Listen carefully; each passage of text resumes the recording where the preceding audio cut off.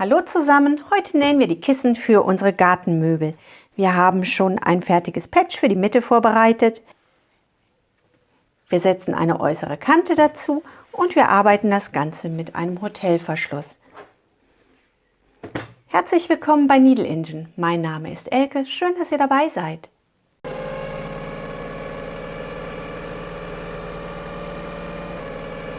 Um unsere Stuhlkissen arbeiten zu können, brauchen wir zunächst einmal ein Patch. Unseren Quiltblock aus Flying Geese haben wir in dem da verlinkten Video schon gemeinsam gearbeitet. Ihr könnt jedes Mittelstück nehmen, jeden Block, den ihr gerne möchtet. Achtet ein bisschen auf die Größe. 40 x 40 wäre ganz ideal. Zunächst einmal möchten wir unseren Block quilten. Dazu nehmen wir ein Vlies. Ich habe hier ein Thermolan-Vlies genommen. Und wir legen unser Patch, unseren Block, unser Mittelstück, bei mir die Flying Geese, auf unser Thermolan. Thermolan haftet sehr schön, das finde ich ganz ideal. Für den Rand und für unseren Hotelverschluss brauchen wir 2 Stoffstücke, die wir später überlappend einsetzen. Die Größe der Stoffstücke hängt ab von der Füllung, die ihr benutzen möchtet. Ich habe hier einfach eine Schaumstofffüllung. Zu den Maßen kommen wir immer bei den einzelnen Schritten und ich verlinke euch das auch noch einmal unter dem Video. Dann lasst uns loslegen. Der erste Schritt. Wir nehmen unseren Flying Geese Block oder den Block, den ihr euch ausgesucht habt, legen den auf unser Thermolan und nehmen das Ganze mit an unsere Nähmaschine, damit wir das quilten können. Wenn wir den Flying Geese Block quilten, möchte ich gerne dieses Herzchen-Thema, das hier noch sehr eckig ist, ein bisschen runter vorheben. Wir zeichnen das einmal ein. Wir beginnen an dem mittleren großen Herz und zeichnen einen halben Bogen bis zur nächsten Spitze. Von der Spitze zeichnen wir einen nächsten halben Bogen bis zur oberen Spitze. Hier setzt das nächste Dreieck genau mittig an dem Dreieck mit dem halben Bogen an. Das heißt, hier ziehen wir diesen Viertelbogen. Ziehen wieder einen halben Bogen nach oben, einen Viertelbogen zur Mitte, einen halben Bogen nach oben. Hier markieren wir uns die Mitte und ziehen einen Viertelbogen zur Mitte. Einen Viertelbogen zur anderen Seite und einen halben Bogen nach unten. Hier zeichnen wir einen Tropfen. Ups, wenn wir hier ankommen, zeichnen wir natürlich auch schon einen Tropfen und gehen dann weiter. Von diesem Tropfen aus wandern wir einen Viertelbogen, einen halben Bogen. Wir denken an unseren Tropfen, Viertelbogen, halber Bogen. Hier brauchen wir keinen Tropfen, ein Viertelbogen, hier ist mir die Maschine im Weg, ein großer halber Bogen, ein großer halber Bogen, halber Bogen und ein Tropfen. Von hier wandern wir über die schon gezogene Linie zur anderen Seite und wir fahren mit unseren Bögen weiter fort. Wir quilten auf 2 Lagen. Die erste Lage ist unser Block, der Flying Geese Block aus Herzchen. Die zweite Lage ist unser Vlies. Ich habe hier Thermolan genommen. Thermolan haftet so ein bisschen. Ich brauche mein Patch nur auf mein Vlies legen und das Ganze bleibt schon wunderbar zusammenhängen. Der nächste Vorteil ist, wenn wir das Ganze einmal umdrehen, wenn wir später unsere Füllung einsetzen, die bleibt auch sehr gut an unserem Thermolan haften und unsere Füllung verschiebt sich nicht in dem Kissen. Ihr könnt jede Füllung nehmen. Ich finde Thermolan ganz praktisch. Das Ganze legen wir zum Quilten unter unsere Maschine. An unserer Maschine haben wir den Transporter versenkt, die Stichlänge auf 0 gestellt. Ausführliche Videos dazu habe ich euch hier oben rechts verlinkt. Wir legen los. Wir suchen den Punkt, mit dem wir gerade gestartet hatten, das heißt genau zwischen den beiden kleinen Dreiecken von unserem großen Herz. Halten den Oberfaden fest, senken unser Füßchen ab. Ich habe hier das Echofüßchen. Das Echofüßchen ist aus Kunststoff, ich kann also gut hindurchschauen und habe eine gute Sicht auf mein Motiv und die zusätzlichen Hilfslinien erleichtern mir ein schönes Arbeiten. Nun möchte ich zunächst einmal meinen Unterfaden heraufholen, das heißt, wir nähen einen Stich, halten den Oberfaden fest, ziehen unseren Quilt zur Seite und haben unseren Unterfaden. Auch dazu ein Video. Wenn wir das haben, nähen wir dreimal auf der Stelle und unser Faden ist gut vernäht. Wir können starten. Wir achten darauf, dass unsere Nadel beim Quilten im Stoff stecken bleibt, damit wir nicht verreißen. Und nun machen wir genau das Gleiche wie gerade. Wir versuchen, unsere Handposition so zu halten, dass unser Füßchen immer in etwa mittig ist. Das wird nicht immer gelingen. Wir möchten nur nicht so komplett auswandern. Wir starten. Wir haben die ideale Handposition und wir ziehen den ersten Bogen.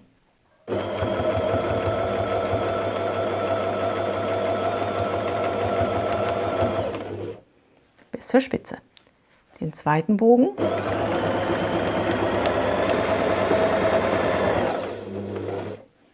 Den Bogen bis zur Mitte.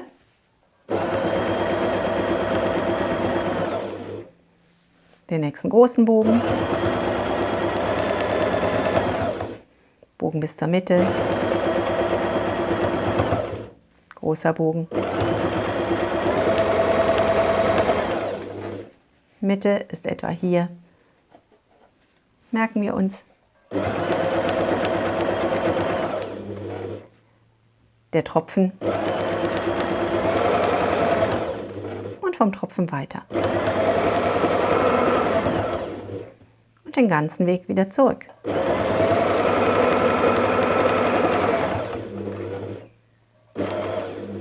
Der Tropfen. Die zweite Herzchenseite. Und zurück.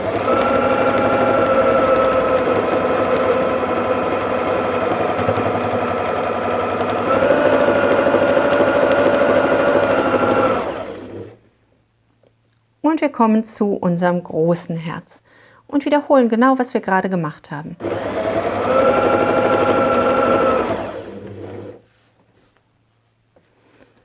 So, hier können wir einmal unsere Fäden abschneiden, damit sie uns später nicht so ärgern.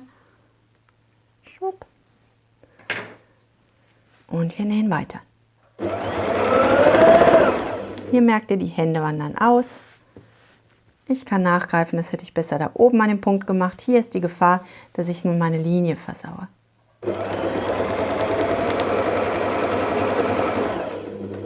Und unten angekommen. Hier ist der Punkt, an dem wir gut und sicher umgreifen können.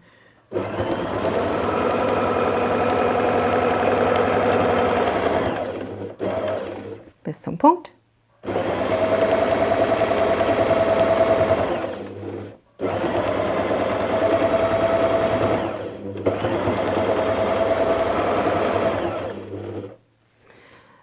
Über diese Linie möchten wir nun zu unserer zweiten Seite wandern.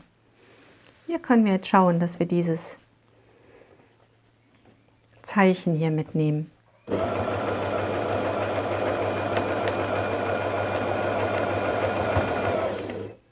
Und wir sind angekommen. Wenn wir das haben, vernähen wir unseren Faden wieder. Das heißt, wir nähen zuerst dreimal auf der Stelle. 1, 2, 3. Kommen mit der Nadel hoch, holen unseren Unterfaden hoch, stechen in etwa in der gleichen Stelle noch einmal ein, holen jetzt den Unterfaden hoch und schneiden unsere Fäden ab. Und dieses Ergebnis nehmen wir nun mit zu unserem Arbeitstisch. Unser Patch ist fertig gequiltet. Nun möchten wir das einmal zurückschneiden, damit wir es weiter als Sitzkissen verarbeiten können. Wir legen unser Lineal gerade an und schneiden einmal zu.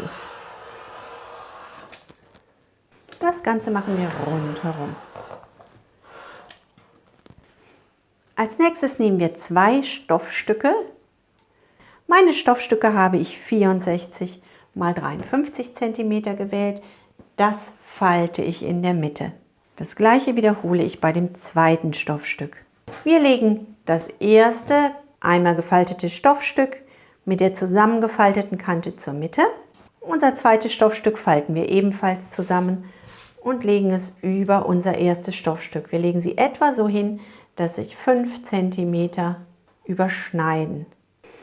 Wir möchten, dass diese beiden überlappenden Kanten bis zum Ende fest fixiert sind, also reihen wir das Ganze einmal. So schaut das Ganze nun aus. Das Ganze liegt 5 cm übereinander und ergibt wieder eine Fläche. Darauf legen wir unser Kissen. Richten das in der Mitte aus. Hier möchte ich nun Briefecken einarbeiten. Jetzt hat mein Patch aber schon eine gewisse Dicke. Das heißt, ich möchte das so großzügig zuschneiden, dass hier diese Ecke nachher nicht gecrunched wird und nicht irgendwie hoch steht, sondern ganz flach liegen kann. Das heißt, rund um meinen Block gebe ich nun erstmal einen halben Zentimeter dazu. Wenn wir das haben, können wir unser Patch einmal zur Seite legen. An unserem Kissen möchten wir gerne eine breite Kante mit Briefecken arbeiten. Wir haben unsere Linie eingezeichnet und von dieser Linie ausgehend messen wir 5 cm ab. Unsere eingezeichnete Linie und die 5 cm. Um unsere Briefecken arbeiten zu können, tragen wir nun unsere Winkel ein. Wir können eine Briefeckenschablone verwenden. Wir setzen unsere gerade Linie an unsere eingezeichnete Kante. Wir setzen die nächste gerade Linie an unsere eingezeichnete Kante. Und wir haben nun ein Quadrat mit einer Aussparung vor uns. Und diese Aussparung zeichnen wir einmal ganz genau ein. Wie ihr euch diese Briefeckenschablone arbeiten könnt, das zeige ich euch hier in diesem Video. Wenn ihr das gerne ohne Briefeckenschablone machen möchtet, geht einfach hin,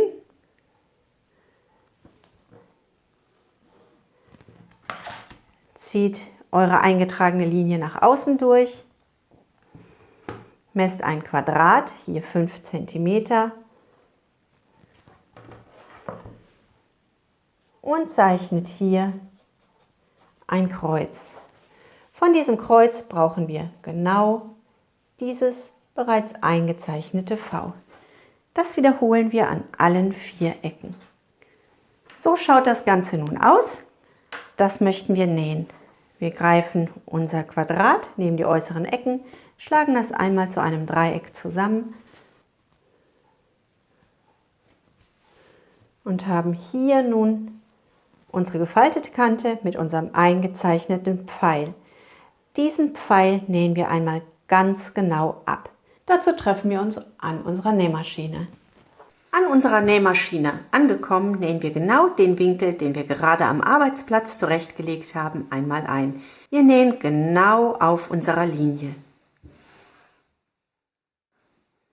Legen das unter die Nähmaschine. Wir nehmen einen kleinen Stich, ca. 2, und nähen. Verriegeln.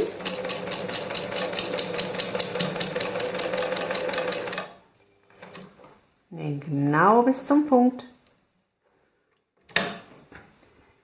Drehen das Ganze und nähen die Linie gerade runter.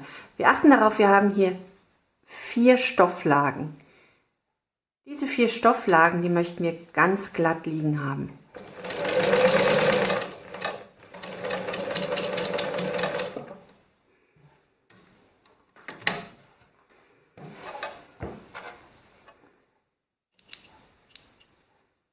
Wir schneiden die Fäden ab und wiederholen das bei den übrigen Dreiecken.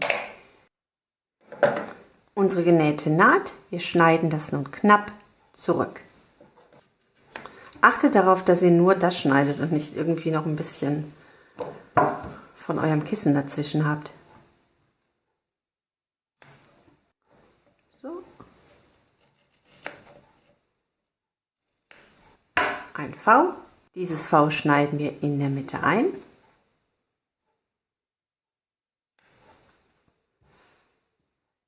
Hier endet unsere Naht. Hier ist noch Nahtzugabe, die wir nachher nicht haben möchten. Dieses Eselsohr schneiden wir ab und das Eselsohr auf der anderen Seite kürzen wir ebenfalls ein. Das wiederholen wir an allen 4 Ecken und dann sehen wir uns am Arbeitsplatz wieder. So schaut das Ganze nun aus. Wir haben unsere beiden Stofflagen zusammengeriehen und wir haben unsere Ecken vorbereitet.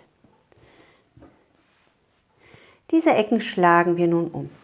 Wir legen das einmal auseinander, legen die eine Nahtzugabe nach rechts, die andere Nahtzugabe nach links, legen beide Nahtzugaben ineinander und stülpen unsere Ecke in diese Öffnung. Wenn wir das haben, formen wir die Ecke einmal aus. Das machen wir mit allen 4 Ecken. Wir nehmen 2 Ecken und ziehen. Hier wieder vorsichtig. So. Das Ganze drehen wir um. Das habe ich hier angestellt. Das schaut nun so aus. Unsere doppelten Ecken schlagen wir nun einmal um. Hier ziehen wir die Ecke wieder auseinander, legen sie nach innen. Auf der Nebenseite das gleiche und wir legen unseren Stoff 2,5 cm Nahtzugabe nach innen. So schaut das Ganze nun aus. Wir haben unsere 4 Ecken, wir haben unsere Naht immer noch geriehen und in diesen aufgebauten Rahmen legen wir nun unser vorbereitetes Top. Wenn wir das nun auflegen, sehen wir, dass überall so eine schmale Kante übrig bleibt. Genau das Ergebnis möchten wir haben, damit unser Top nachher vernünftig in unserem Rahmen sitzt. Wir stecken das einmal ineinander. Schieben die Ecken unter, legen das ein bisschen. Wenn sich unser Top gut in den Rahmen hineinlegt, dann stecken wir das ein bisschen fest. Sichern den Übergang. Dieses Ergebnis steppen wir nun knappkantig an unserer Nähmaschine ab. Wir haben passendes Garn in unsere Maschine eingefädelt. Wir stellen eine größere Stichlänge. Ich verwende 3 ein, haben eine Universalnadel, das reicht völlig. Und ich habe ein Obertransportfüßchen eingesetzt, weil wir hier viele Stofflagen aufeinander haben. Das Ganze schieben wir einmal unter unsere Maschine. Ich habe mein Füßchen so untergeschoben, dass die Außenkante von dem zweiten Loch genau mit der Stoffkante übereinstimmt. Damit meine Naht nicht zu weit weg von der Außenkante langläuft, versetze ich meine Nadel nach links. Jetzt können beide Füßchen vom Obertransporter den Stoff greifen und weiterschieben und wir nähen. Halten die Fäden fest, am Anfang brauchen wir nicht verriegeln, wir nähen ja später noch einmal darüber. Und wir legen los. Einmal um unser komplettes Top.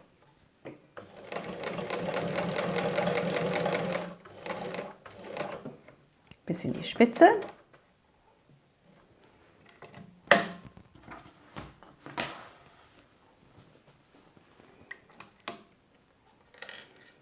Und wir nähen weiter.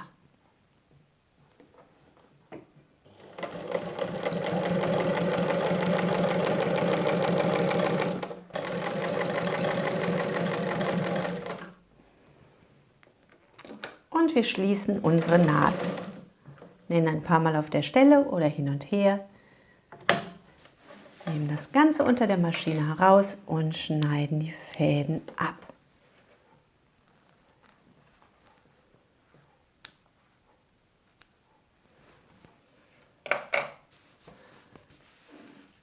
Und wir sehen uns am Arbeitsplatz wieder. Unser Kissen ist soweit fertiggestellt, nun müssen wir es nur noch füllen. Dazu habe ich eine 3 cm dicke Schaumstoffplatte gewählt. Ihr könnt jede Schaumstoffplatte verwenden, die ihr da gerne verwenden möchtet.